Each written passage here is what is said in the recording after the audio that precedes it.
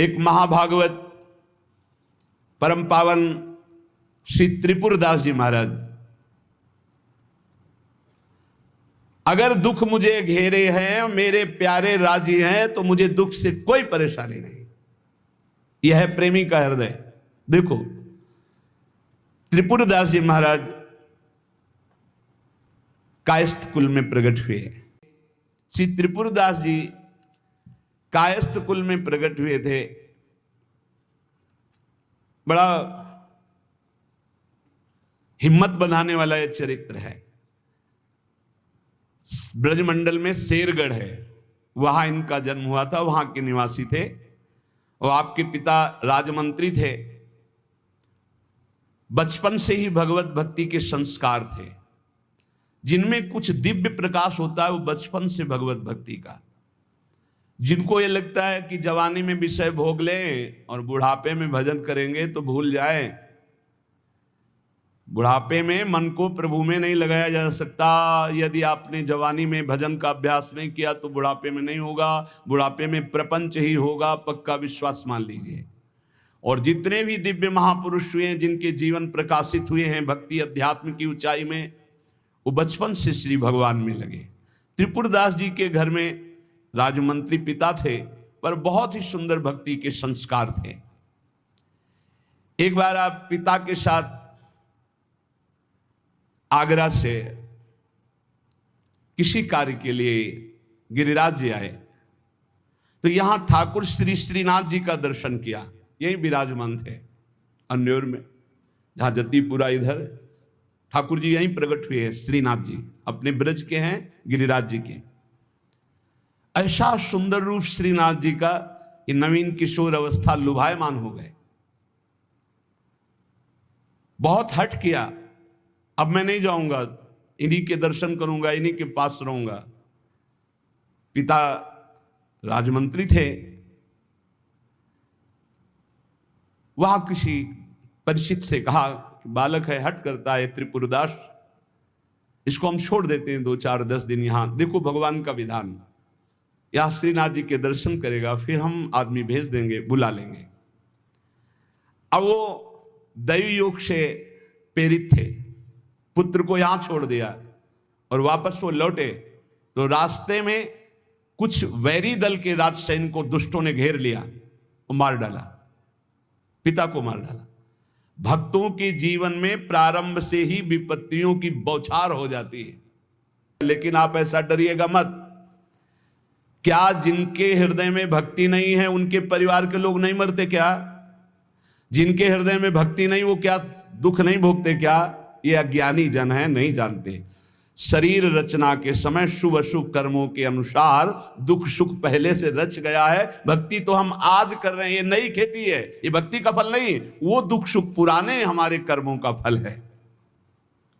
जब आपने सुना, सूचना आई कि तुम्हारे पिता को बैरी दल ने मार डाला है, तो श्रीनाथ जी की तरफ देखा और कहा, आप तो हमारे पिता भी हो, मित्र भी हो, जीवन धन हो।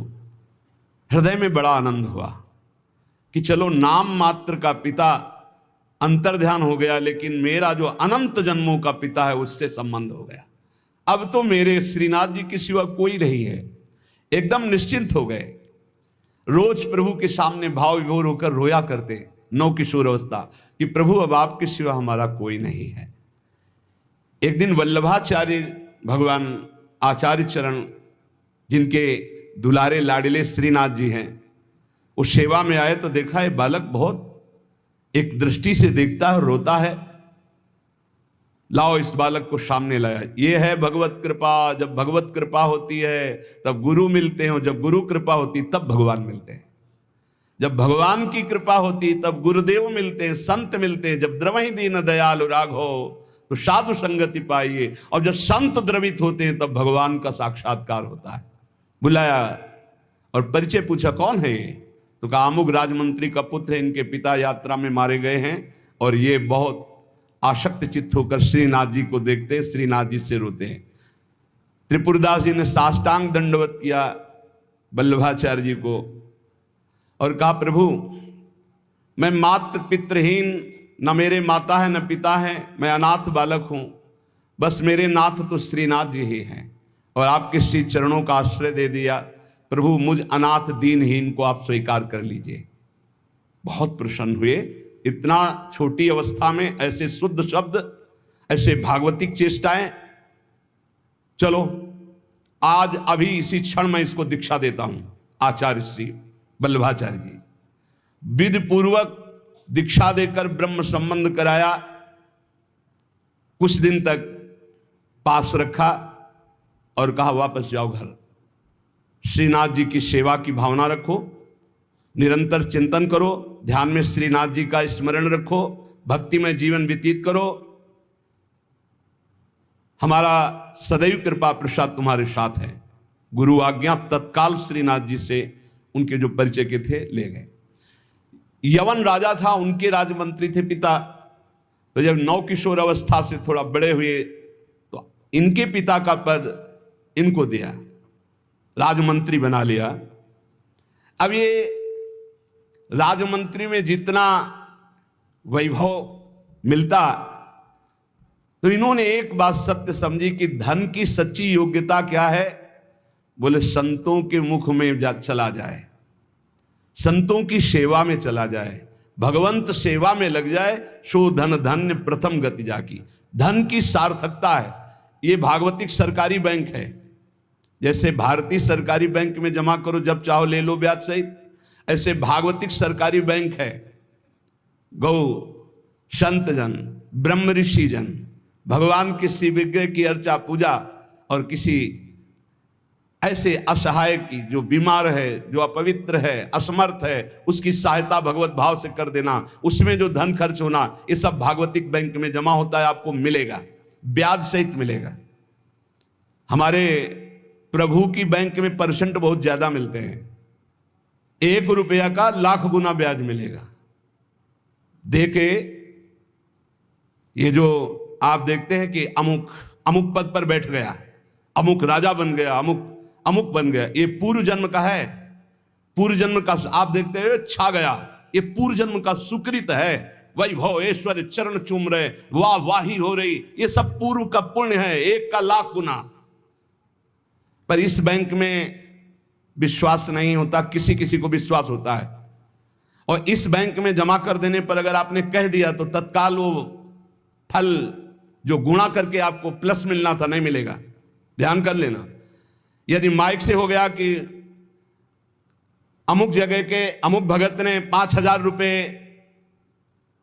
दान किए, भगवान इनका मंगल करें, तालियां बज गई, हो गया, उड़ गया, आपके बैंक का ब्याज उड़ गया गया। जैसे सभा में खड़े होकर अपने पाप को स्वीकार कर ले तो उड़ गया, खत्म पाप। ऐसे सभा में यदि पुण्य स्वीकार कर ले तो खत्म।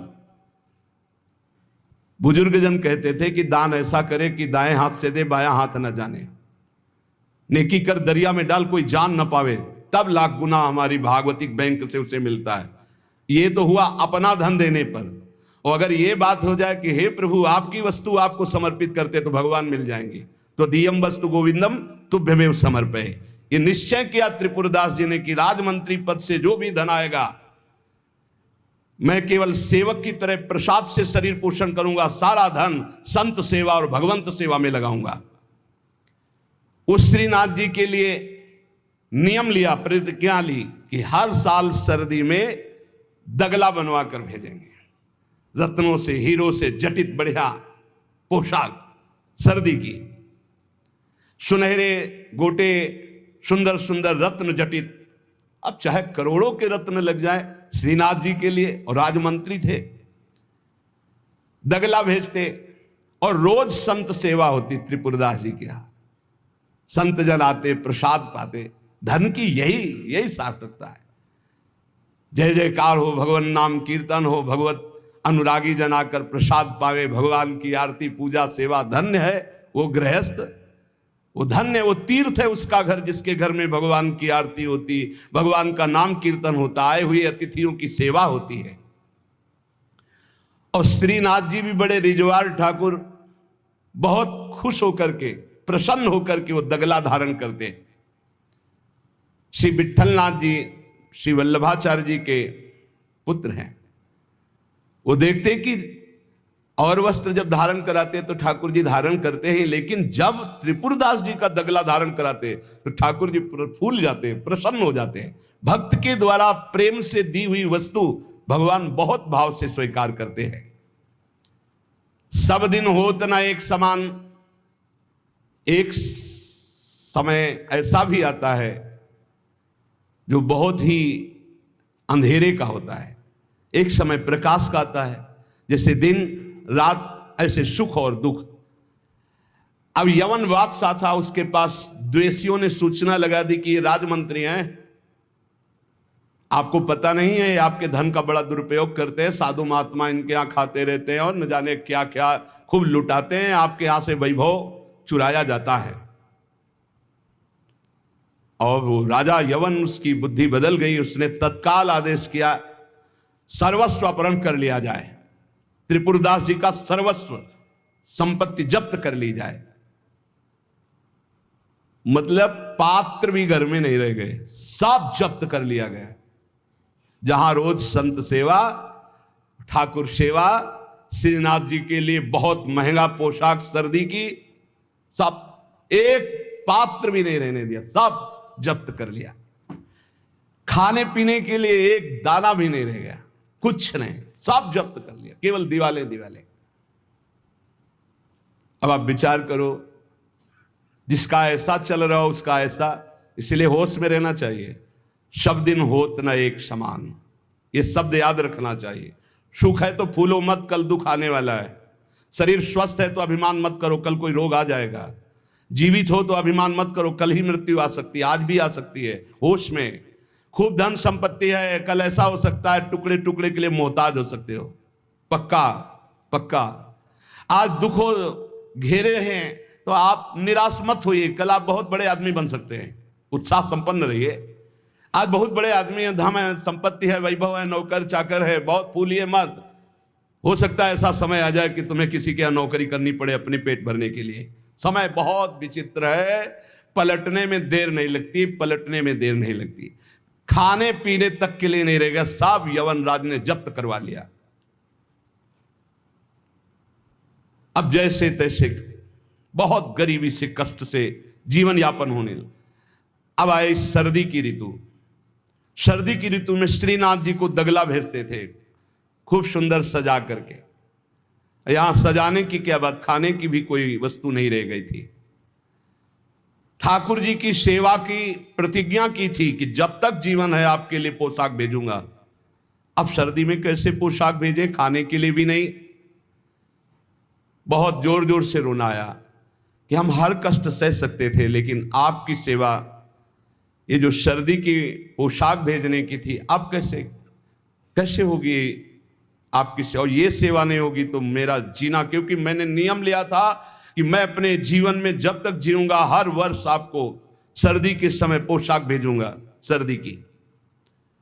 आप ठाकुर जी से विनय करने लगे कि मैं सब कष्ट सह सकता हूं, आपकी सेवा छोड़कर नहीं। इतने में देखा, दृष्टि गई तो एक ऊपर दावात रखी थी। आपको जैसे कोई डूबते हुए को तिनके का सहारा मिल जाए, और वो दावत पीतल जैसी दिखाई दे रही थी, तो लग रहा था कुछ सिक्के की तो बिकी जाएगी। दावत ली, बाजार में बेचने के लिए गए कि अगर ये बिक जाएगी तो थोड़ा भी कपड़ा मिल जाएगा तो नियम की तो पूर्ति हो जाएगी। भगवान अपने भक्तों को ऐसा कष्ट क्यों देते हैं, क्यों देते हैं। बड़े आराम से जय जयकार हो रही थी, संत सेवा हो रही थी, ठाकुर सेवा हो रही थी। श्री प्रियादास जी कहते हैं, भयो ईश ख्याल, इष्ट देव को ये पसंद है। डरना मत, डरना मत कि इष्ट देव को ये पसंद। क्या पसंद है? अनन्य चिंतन। धन का आश्रय भी नहीं होना चाहिए। सुनेरी मैंने निर्बल के बलराम, अपबल तपबल और बाहुबल चौथो बल है दाम। और आपसे बता दें, कक्षा 1 के विद्यार्थी से पीएचडी के प्रश्न नहीं पूछे जाते। आप मत डरना, क्योंकि आप क्लास में हैं ही नहीं, आप इस क्लास में नहीं हैं। आप डरना मत। नहीं आपको लगे कि भगवान हमारी भी परीक्षा लेंगे तो आज जो चैन से हम एसी में रह रहे हैं कल फिर सब खत्म हो जाएगा, ऐसा नहीं। ये डिग्री वालों की होती है। अपने लोग वो पार्टी छुइया वाले पहले क्लास वाले हैं, खूब टॉफी मिलेगी और आराम से पढ़ने को। यहाँ परीक्षा नहीं होती। यहाँ 2-4 क्लास तो ऐसे ही बढ़ा दिए जाते हैं। जब डिग्री आती है तब वहां परीक्षा होती है, इस बात की कि अब तुम्हारी स्थिति क्या है। त्रिपुरदास जी के ऊपर जो भगवान की विशिष्ट कृपा हुई, ये भगवान श्री कृष्ण चंद्रजू ने युधिष्ठिर जी से कहा। एक बार युधिष्ठिर जी ने कहा कि प्रभु ऐसा भी आपका नाम लेते हैं, धर्म से चलते हैं, कोई कदम भी कहीं अधर्म नहीं। तो भगवान श्री कृष्ण ने कहा जिसे मैं स्वीकार कर लेता हूं कि मेरा है उस पर मैं कृपा करता हूं। भगवान कह रहे हैं कि जिस पर मैं कृपा करता हूं पहले उसका धन बल अपहरण कर लेता हूं। ये धन बल अपहरण कर लेता हूं। जब वो निर्धन हो जाता है तो सगे संबंधियों का अपहरण कर लेता हूं, या तो सगे संबंधी छोड़ देंगे। देखा ना पिता रास्ते में ही राधे श्याम। बहुत कृपा समझना कठिन है। अब त्रिपुरदास जी बाजार गए। त्रिपुरदास जी को दावत दिखाई दी जो पीतल की सी दिखाई दे रही थी, उठाई बाजार ले गए तो उस समय उन्हें 100 पैसे मिले, 1 रुपया। 1 रुपया कपड़े की दुकान में गए, मोटी मार्किंग को। अब जहां इतना कीमती वस्त्र, सोने के गोटे, हीरे लगाकर सुंदर ऐसी पोशाक भेजते थे, वहां आज स्थिति की मार्किंग कैसे ठाकुर जी को भेजे। लाल रंग से लगा, लाल रंग अनुराग का रंग, सफेद मार्किंग लाके आंसू गिरते जा रहे हैं कि नाथ ये मोटा मार्किन आपके तो दास दासियों के लायक था, आपको कैसे। पर कुछ नहीं है। अनुराग में भीने हुए नेत्रों से अश्रुधार बह रही है, हृदय में भारी दीनता है, और ऐसी ही वस्तु प्रभु को बहुत पसंद आती है। हमसे अगर दी जाएगी 5 किलो सोने का छत्र तो 4 लाख योजन का सोने का पहाड़ है उनकी इस मृत्यु लोक में। 5 किलो क्या होता है। साहस नहीं हुआ, रंगा लाल रंग में, प्रेम रंग में रंग कर रख लिया, पर साहस नहीं हुआ कि मैं जाकर के श्रीनाथ जी को दूं। कैसे दूं। अब उनके मन में एक बहुत पीड़ा है। और देखो भगवान अपने भक्त की बात को अंतर से जानते हैं। त्रिपुरदास जी के हृदय में दैन्य, और दैन्य भगवान को बहुत प्रिय है। यही दरबार दीन को आदर रीति सदा चली आई। भगवान को मूल्यवान वस्तुएं प्यारी नहीं, भगवान को जो प्यारी वस्तु है वो दैन्य है, दीनता। जेहि दीन प्यारे वेद पुकारे द्रवो सुश्री भगवाला। इतने में विधान बना। गोसाई जी के सेवक श्रीनाथ जी की सेवा के लिए जो भक्तजन थे उनके यहां विचरण किया करते थे। अचानक दृष्टि में पड़े त्रिपुरदास जी के, देखा ये तो श्रीनाथ जी के सेवक हैं जो गोसाई जी के पार्षद हैं, और ये तो सेवा सामग्री श्रीनाथ जी को पहुंचाते हैं।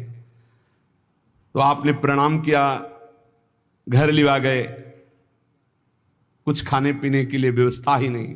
कैसी कैसी, कहां राजमंत्री का सुख और कहां। बहुत संकोच में भरे हुए वो मार्किन निकाल के लाए जो लाल रंग से रंगी थी, और कहा हाथ जोड़ करके कि हर वर्ष प्रतिज्ञा थी कि श्रीनाथ जी को पोशाक भेजेंगे, पर भगवत कृपा से वैसा विधान बन गया है।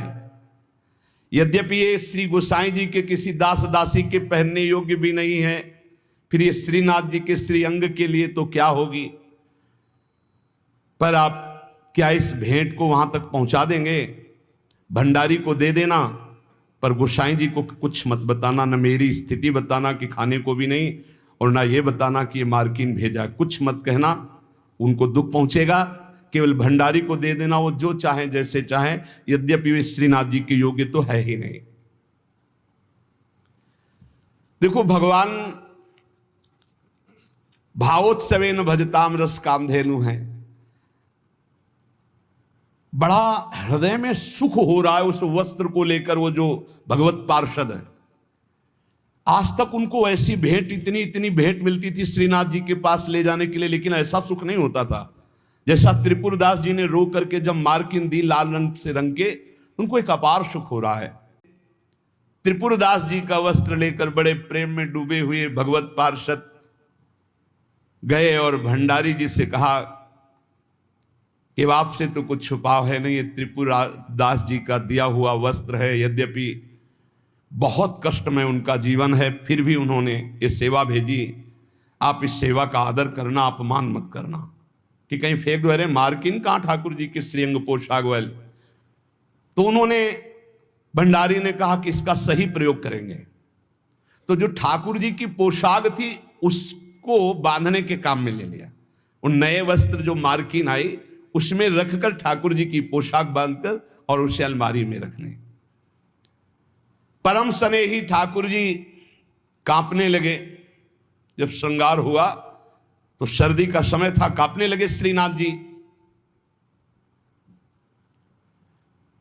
जब श्री आचार्य चरण सेवा में गए तो कहने लगे मुझे बहुत जोर की ठंड लग रही है। ठाकुर जी बोलते हैं निज जनों से, जैसे हरिवंश महाप्रभु से राधा वल्लभ जी बात करते थे, बंचंद महाप्रभु से बात करते थे, बिहारी जी से स्वामी जी महाराज, विठल विपुल देव जी, बिहारिन देव जी। अब हम लोगों की जाकी रही भावना जैसी, प्रभु मूर्ति देखी तिन तैसी। मुझे ठंड लग रही बहुत जोर की। बोले जय जय, अभी उपाय करता हूं।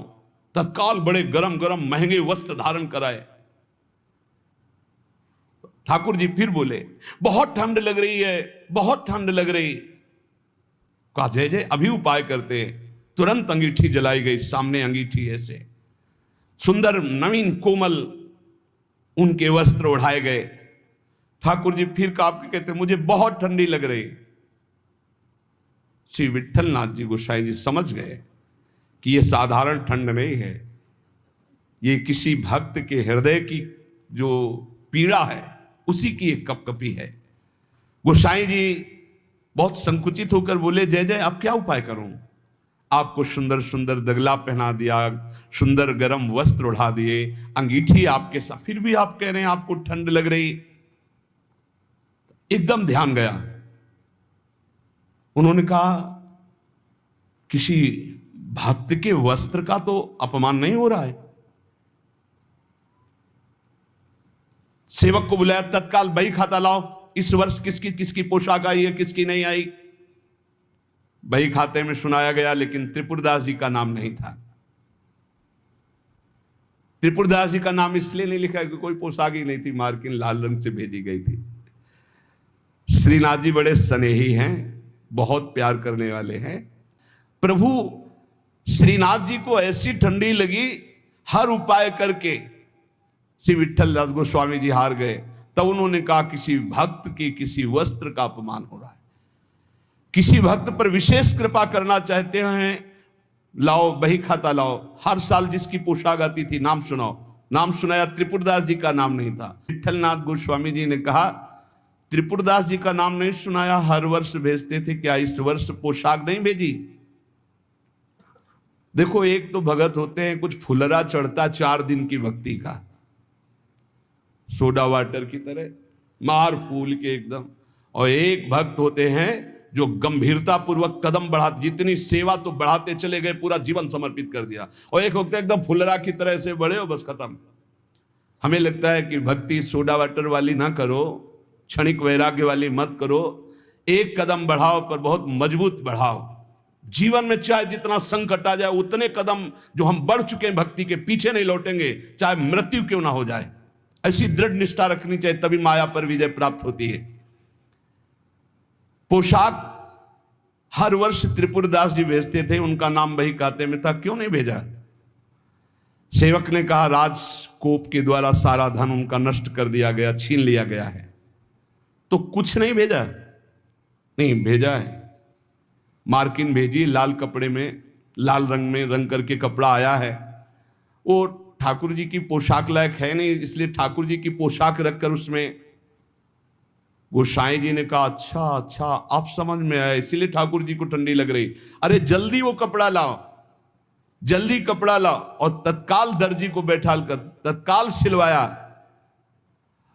और ठाकुर जी को जे ही अंग में धारण करा, ठाकुर जी मुस्कुरा दिए और बोले हाँ अब सर्दी दूर हो गई। बड़े रिझवार ठाकुर है। प्रेम प्रभु को चाहिए, भाव प्रभु को चाहिए। इसी भाव को दृढ़ करने के लिए ये महापुरुषों के पावन चरित्र हैं। कैसी भी परिस्थिति हो, बस ये आप एक जन्म के लिए, वैसे तो सब भोग ही रहे हैं, नरक स्वर्ग अपवर्ग सब दुनिया का, एक जन्म के लिए आप प्रभु के लिए थोड़ा हिम्मत कर लो। कैसी भी परिस्थिति आवे, आपका नियम न टूटे, आपका भजन न टूटे, जो नियम बनाओ उसे चलने दो।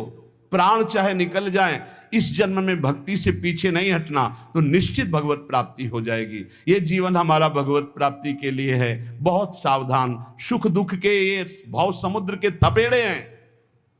कहीं सुख में भूल मत जाना, कहीं दुख में घबरा कर भक्ति मत छोड़ देना। आगे आपको बहुत सुख मिलेगा। ये भक्ति दुख सुख देने वाली नहीं, भक्ति सुख दुख में समान स्थिति पैदा करती है। भक्ति भगवान को आकर्षित करती है। और सही मानो, आज तक खुद अपना अनुभव में बता रहा हूं, ये दुख, ये विपत्ति, ये रोग, ये नाना प्रकार का तिरस्कार, निंदा, यही ऊंचाई पर चढ़ाती है।